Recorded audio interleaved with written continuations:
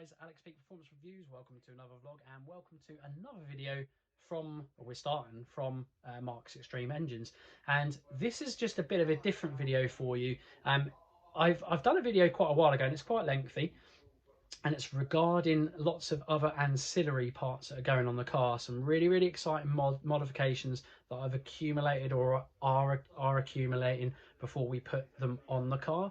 And I wanted to kind of definitely let you know about them, because if you don't follow us on Instagram, you may have missed some of what we have been buying basically and accumulating for the car. And there's some really interesting, awesome bits on it. So yeah, just wanted to give you a little insight as to what extra cool little bits you're going to see on the Supra, and when that it's in that engine bay, you're going to see and not have any surprises, but you're going to be like, whoa, this time round, Alex, you're being serious, and I like it. So yeah, watch on and see part of our other video of our 2000 horsepower build Supra. Like I say, we're going for 1300 horsepower, not 2000, but the build is for a 2000 horsepower motor. But yeah, watch on and enjoy. If you've got any questions about the build, hit us up in the comment section, and yeah, we'll be sure to answer. Right, so yeah, let's do an unboxing video. This has just come through the post, and it's another piece to the puzzle of the kind of build that's continuing on the Supra. So yeah, I just thought I'd do an unboxing video and show you some new products that we've got. And yeah, it's obviously by Tomai, so awesome Japanese company. Haven't opened this yet, so let's have a look. I do know what it is, obviously. Let's have a look what's inside. There's a gasket in there, some stickers as well. Little gasket there, Japanese instructions. Probably might have seen a quick little snippet of what it is. Really excited about this actually.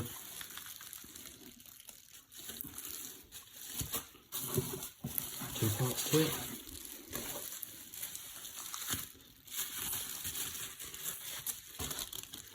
Oh yeah, this is a separate part, so I'll put it in there. So actually, let me show you this part first. This bit here is a titanium. If you could see and feel how light this is just a little nut that goes on. It's going to go on my it's going to go on my power steering pulley, and it's titanium.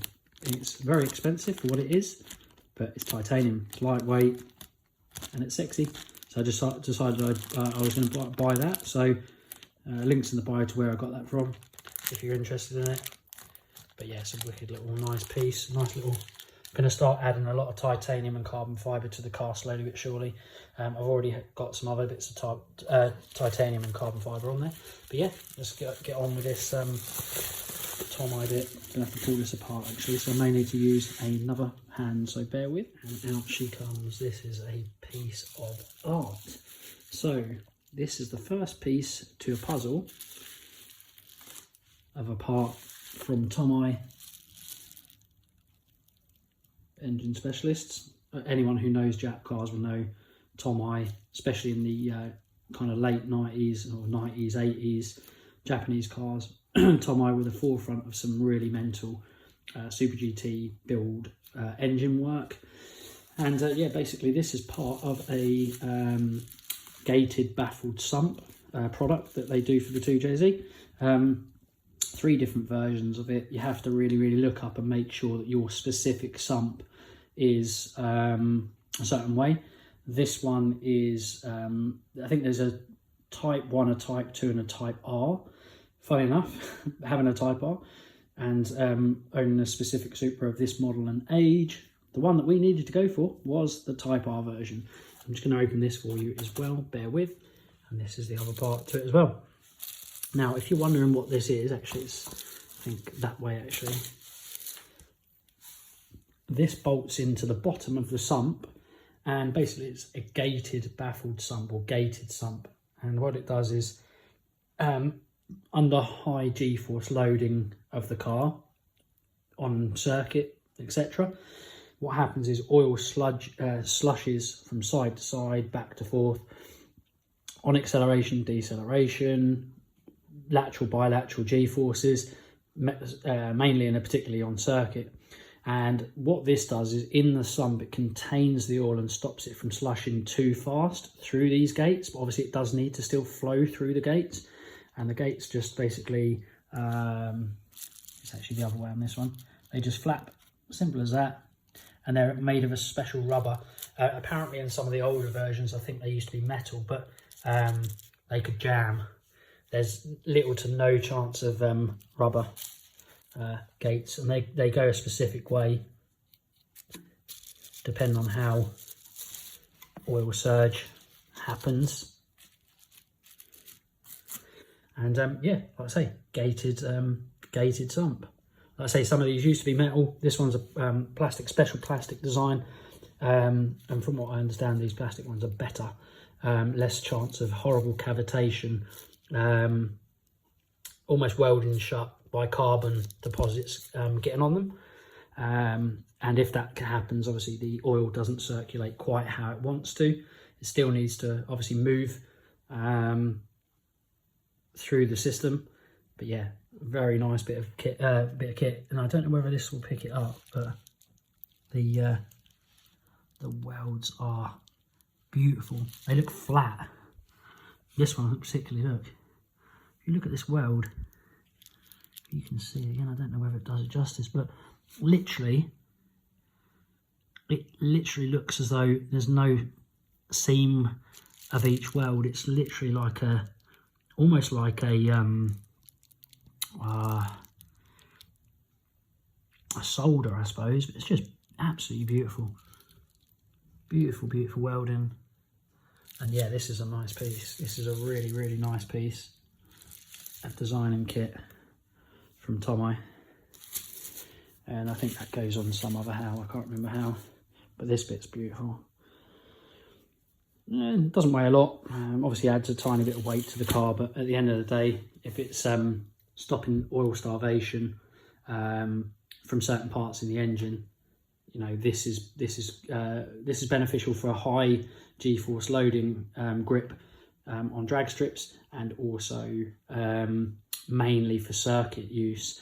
So I use the car on the road for circuit, drag, top speed, all kinds. And this side of a dry sump system, which is £6,000 plus on a 2JZ, this is a really good, simple way of stopping some oil surge. Very cheap and expensive thing. I had a clockwork motion one on actually on my EP3 Civic Type R race car, just like this. Relatively low cost, you know, circa £250 for all this, all in, delivered. Links in the bio where I got it from and where you can get it from. Like I say, you've got to check, make sure what specific one fits your 2JZ or your 2JZ powered car. This one specifically, this they do it for different cars. Not an abundance of cars, but the Supra setup out of the factory is actually really decent. They don't have much problems with oil starvation. However, when you have a lot of power and your car can go into a corner and it has really good handling mods, like what mine has, it can start to suffer a little bit, and it will be not stupidly apparent, but apparent enough under, you know, high G-force loads, whether that be in acceleration, deceleration, or round track, lateral, bilateral, as I said. But if you looked on data logs, you can probably see, you know, things that are kind of leading you to believe, to not understand and know that actually you are probably suffering from some kind of oil surge and starvation issues. If you look at bearings and things like on a crank, etc., and all of this will help the longevity of the motor, and for the money and the outlay, it's absolutely superb. But it's beautiful, absolutely beautiful piece. Can't wait to get this on the car. Just thought I'd share it with you. There will be updates, and yeah. Speaking of car parts, here's another one as well. Just unboxed it. It's just obviously been a big old beastie. And what is it? Let's have a look. Let's have a gander. Two things. Something in there, giveaway. Toyota genuine part. Let's actually do that first, because that's a bit of a boring one, if I'm honest. Let's open that. Get the scissors out, cut that all up. Should come away. Let's see what we've got here. It's a big old box, considering I know what's in it. Whoa, look at that. That's exciting, isn't it? Not. But it's basically a genuine crank bolt. And unlike the titanium, although if I could find a titanium version of this, would I run it? No, probably not actually, because there's you got to be a bit careful. I think that's obviously going on the ancillary pulley. This isn't on an ancillary pulley because it's the crank, it's the main thing. These get, I mean, that washer is huge. This is really heavy, but anyone who knows about Supras will know that the crank bolt is torqued up to a value, I think something like 260 or 265, 270 foot-pounds of torque. So there's a hell of a lot of torque going through that. And weirdly, as much as the properties and material strength of a titanium is ridiculous, I think for a, almost like torque to yield bolt, a TTY bolt, it's yeah, this probably, or a steel like bolt like this is probably better. There's the part number that you need. But these come from Paul Whiffin at Whiffits. I've been buying stuff and products off of Paul for many years, and I've got another product here as well, which I'm a bit more excited than the crank bolt. But basically the reason why I bought a crank bolt is because we've taken off the crank, well, all of the parts in the motor, as you would know, and the crank, obviously, pulley is coming off. Obviously we're getting a brand new crank pulley. Actually, we're getting something which I'll show you at a later date. Fluid dampers served us well, but it's been on there for quite some years. So when you reuse or take off an old crank pulley, it's nice to use a new bit of hardware, so a new bolt. Oops, excuse me, that's popping the bits. But yeah, let's have a look what we've got here. Again, I might not be able to do this with one hand. I won't be able to, so bear with. I'm just going to snip this and reveal. Okay, it's snipped, but I've got to be really careful. This is a very exciting, but also not delicate, but this sellotape together as well. Not sure. Here we go. It's so exciting. Woo! Look at this. Oh my word. Look at this, look at this, look at this. Let's move this out.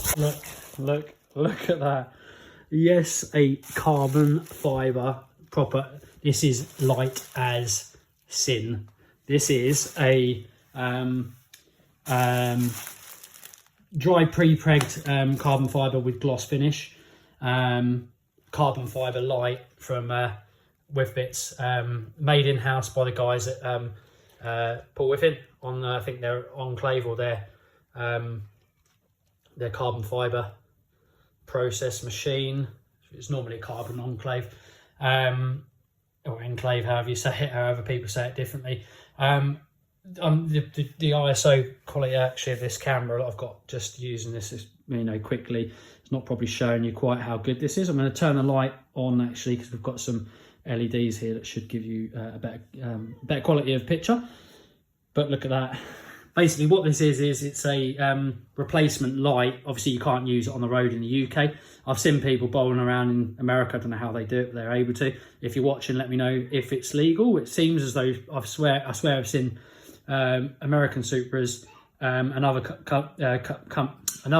Supras from different places around the world using lights like this legally somehow, but in the UK definitely not legal. So these are going to be for track, when I go on track, and doing the top speed and quarter mile and half mile events. Obviously basically it's an intake light, so it's a full carbon intake light. It replaces the light. You can pop these out in 20 minutes max, probably even 10 minutes.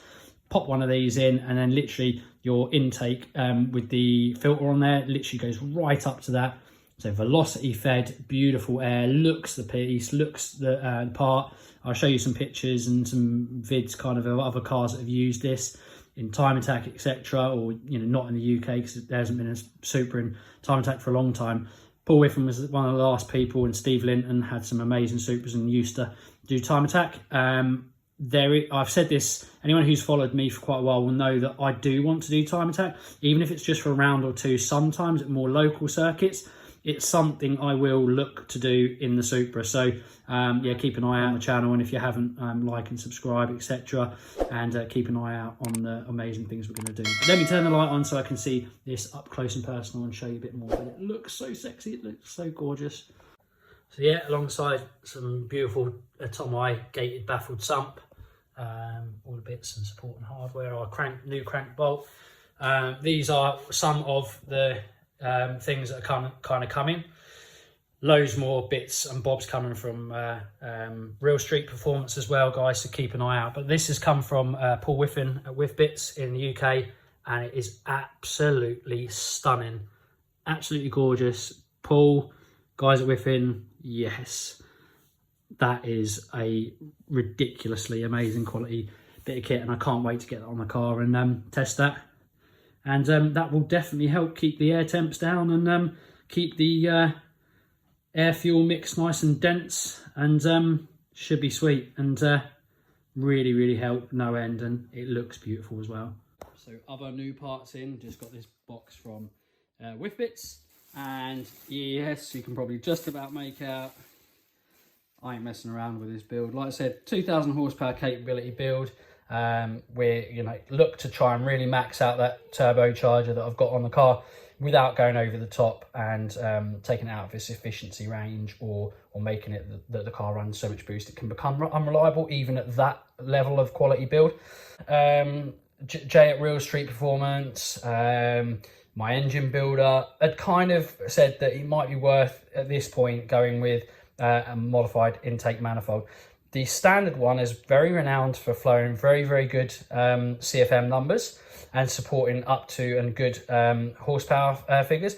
But I think the moment you go or get to a point of a capability, a turbo that has a capability of 1,000 wheel horsepower, which this 6870 horsepower turbo has, and probably beyond those sizes, these kind of intake manifolds are going to see big net gains in terms of horsepower, and also individual cylinder balance. And when I mean that, basically, because of the way it flows and the way it's designed in terms of size, shape, etc.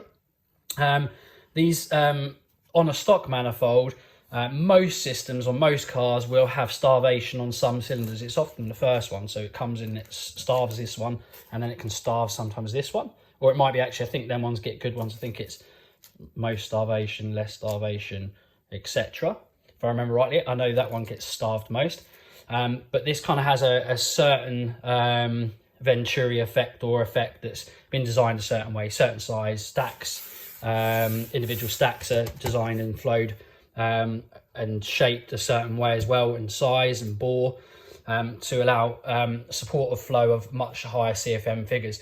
When you'll get into that kind of flow rate with these modern amazing efficiency turbos, you do need bigger intakes. Well, you don't need them, should I say. You can, the stock system will become inefficient, but will support high horsepower, 1,000 horsepower, even 1,300 horsepower.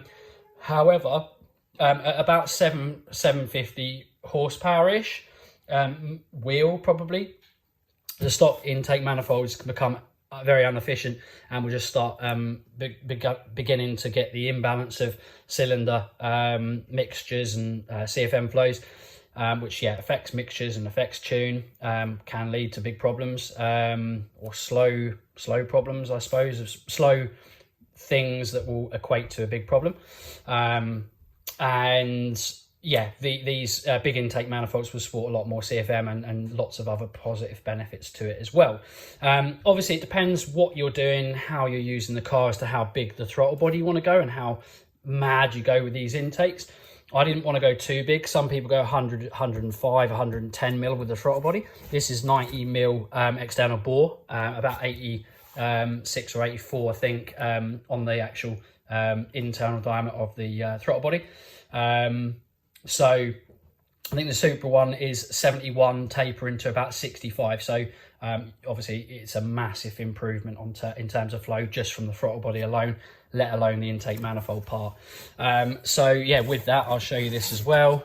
This is basically, like I said, is a Bosch, obviously high quality Bosch drive-by-wire DBW throttle butterfly, and throttle body. And yeah, the original 2JZ GT cars pretty much all run cable drive. So this one's electronic drive. Massive benefits you get from a drive-by-wire system is throttle control, throttle response, things like yeah, how quick it can kind of be shut, opened, etc. And more so, you can do things like throttle blipping on down changes and things like that with advancement on the ECUs. You can also do things like you can control traction a lot better, add cruise control, speed limiter control, and all kinds through something like this. Massive benefits, good increase of flow, taking it to the modern you know, to the modern age, which is great without losing, you know, the fun factor obviously with the Supra, unless you're going a certain way. So yeah, really cool. I will get this out completely. This comes from Paul Whiff Bits, and it comes with all the gubbins you need if you buy a separate kit as well. The collective package price of this this kind of package is amazing. It's you know, you add in drive-by-wire and having a big bore, amazing, lovely, well designed, beautiful welds, intake manifold, stack pipes, beautiful. For probably by the time you put a throttle body on all the other names that are out there, you are talking, you know, twice the price. But this is, you know, still a big investment, because to get everything else you need to get this running, it's still, you know, high cost investment, but brilliant for what it gives you. It also comes with a dual feed anodized black rail. You at the moment, I think these are rolled out in a certain colour, but you probably may start to get different colours coming out from Paul. This is a very new big bore rail, much like any other good product, brilliant product you can get out there. There's not much you can do wrong on a feed rail, to be honest with you. So it feels like a quality piece, so I'm sure it's perfect. I've already got a dual fed Powerhouse Racing rail, so I'll decide what I end up using when it comes to it, and whichever one I don't use will be for sale. So hit us up in the DMs if you would like it, maybe, or in the comments. It comes with all harnesses and wiring that is required to integrate into the Cyvex. Like I said, my Cyvex S6 GP may need an expansion module on it. We need to see how many inputs we've got remaining left to see if we can integrate it without doing too much more to it. But this is going to be a big improvement on the OEM. Essentially, from obviously this is in, you know, early development stages as such, but because of the design, essentially, I'm pretty sure Hypertune, and this isn't some Chinese crap jobby. This is a proper bit of kit that's been custom made with, you know, billet parts and real high-end thick wool aluminium with beautiful welds, and you can see it, and I'll show you a bit more in a mo. And this is basically based on essentially a Hypertune. So it is highly unlikely you are going to get much different flow from something like a Hypertune, which is a massively developed, proven intake. So cylinder balances, which is going to be great, and the power, depending on what kind of headwork you've got on it, is normally between about 35 and 100 horsepower at the flywheel. So I think if you've got no headwork and a smallish turbo, this will probably make about 35 horsepower. If you've got a large 1,000 to 1,300 wheel horsepower turbo, the chances are you are going to get something between 50 and 100 and more nearer the higher end of that range if you have headwork. Most people typically are seeing 50 to 75 horsepower on these type of intakes. And it allows you to run lower boost figures to achieve similar brake horsepower figures to another car that would have a higher boost with the same setup. So after doing the research and speaking to a few more people that are really in the know, for me it was a no-brainer. So yeah, looking forward to going drive-by-wire. So yeah, that is the end of the video. I hope you enjoyed that little update of, you know, some of them awesome bits that we're putting on the Supra. Pretty exciting, pretty cool. I'm really looking forward to getting all of these bits on the car once the motor is in situ in the car. But yeah, hope you enjoyed. Like I say, if you've got any comments, hit us up in the comment section. But yeah, thank you so much for watching. As always, like, share, comment, subscribe. We'll see you again in the next one. Bye for now.